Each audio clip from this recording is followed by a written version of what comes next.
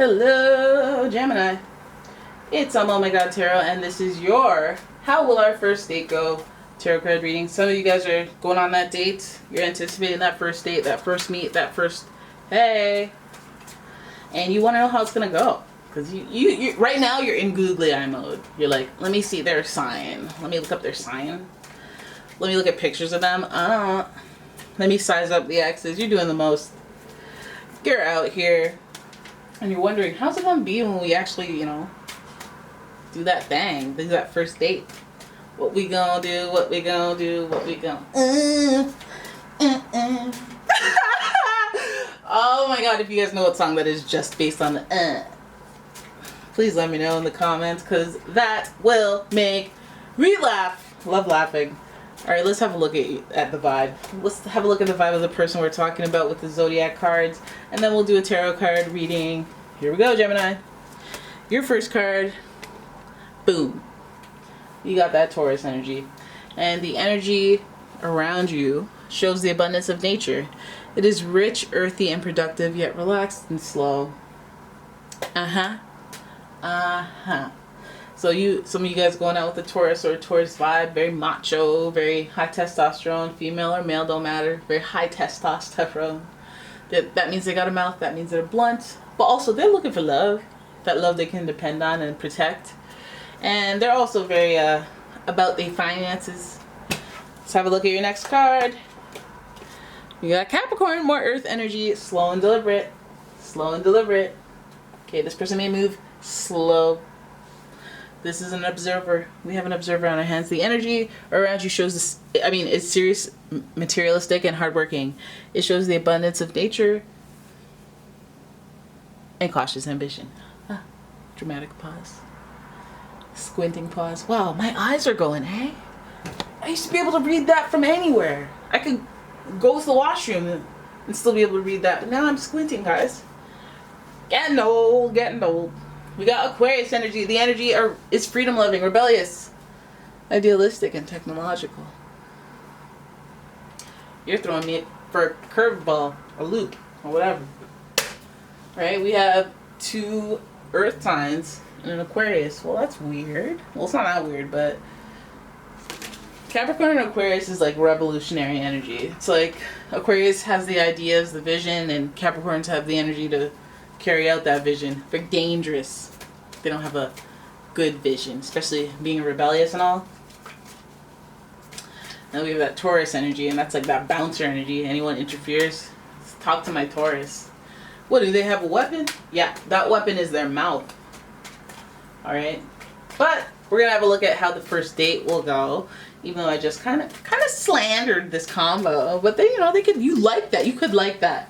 You could like a protector. Because, being a Gemini, you'd be like, okay, well, sick 'em.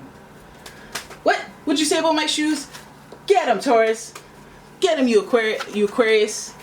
Let's plot their demise, Capricorn. You might be into that. So I'm not here to judge. I'm just here to tell you what the cards say. Here we go. Here's your first card. Oh my goodness, third party situation. This person's drama. You bringing in the drama?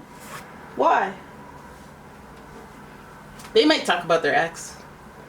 That might be drama. That's not too much drama. I don't know why I yelled. I'm sorry, guys. 3 of Swords. We have somebody. They may bring up their ex on the first date. And that's okay. You might be okay with it. It might even be you that brings up the ex. However your reaction is, though, think about that before you actually go on the date. Do I really want to mention that? Then we got the Moon card. We got the Moon. It's in reverse, so there could be some secrets. And third party secrets. I feel like this person... Listen, if they bring up their ex, great. Make sure it's still actually an ex. Because they got some secrets to them. Some of you guys I see are on the dating apps. The lowest form of humanity. Even though I'm on there. Then we got the 6. Okay, dude, this person. We got the 6 of Swords. Trying to move on. They're trying to move on. They're still in their feels. They still have feelings for the ex. They're trying to move on. They got hurt. They got cheated on. And they might be bitter about that. Still very bitter. Very hard. They're trying to move on. Now, does that make you feel like a rebound? That's up to you. Do you have an agenda? Do you have an agenda that you don't mind this situation because you're like, I don't care, I'm not looking for Mr. Right, I'm looking for Mr. Right now, or Miss Right now, or whatever.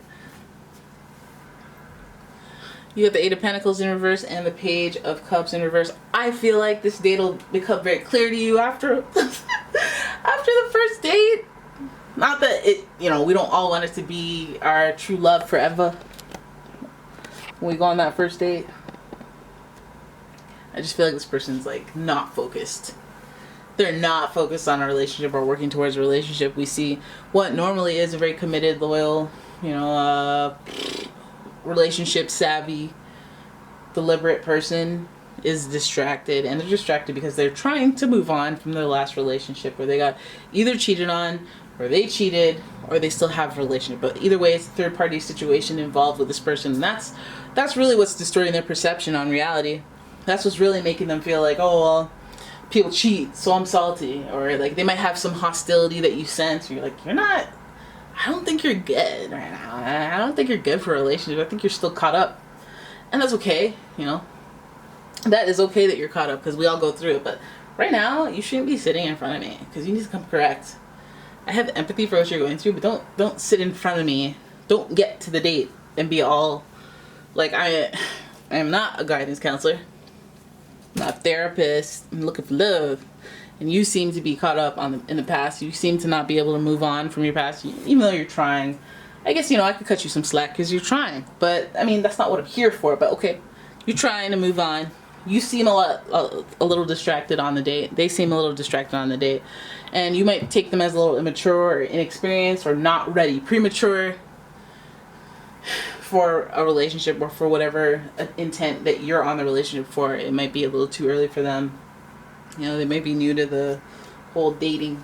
This person may be a little defensive as well. With the Seven of Wands, they may be defending why they're there. You guys might get into a little bit of squabble, but not, you know, not really. But you're just like, this person is defensive. I don't like it. Deuces. Right? Some of you are like, should I even go on the date? I'm like, yeah, do it. Do it. Do it. You need experience points before you get to your one and only anyway. So the more points you get, the better. Why not? Yeah, this person's stuck. This person is stuck in the past. They're in their own way. Like, people can move on a little faster. I think that people can have empathy for both moving on quickly, not moving on quickly at all. But that's just where they're at. They're mentally still up on their ex and whatever happened to them before. They are distracted from their normal processes, which is being observant, looking at people for long term, and seeing if this person's worthy. I feel like this person's more intent would be the opposite of that, and so they'd probably just be looking for a fling or only ready for a fling, even if they're presenting as somebody who wants a relationship. So don't let them trick you. You know, they got secrets. We have this Pisces energy, so you know they're emotional, you know they're sensitive, and you know that they're like daydreaming. Like, you could tell that they're thinking about someone else or thinking about other things while they're with you. Very distracted here, very distracted there. And let's hope that this Pentacles-based distraction doesn't mean that they're going to be all distracted when the check comes. Because if they do that, you already know. It's time to pull this sword from out of the ground and be like, alright, we're done here. I'm going home. Alright, so there it is. That's your reading. I hope you guys enjoyed it. If you did, please give the video a thumbs up. Subscribe to the channel, leave a comment, share the video. And if you'd like a personal reading, please check out the description for a link to my website, as well as my Etsy shop where I sell a bunch of candles. And hey, listen, these candles smell, okay? They smell real good. So get up on that. Cancel Yankee Candle with their benzodiazepine or whatever the heck they put in there. This is non-toxic. Alright? There's the plug. There's the plug, guys. I will see you in the next one. Thank you for watching. Goodbye.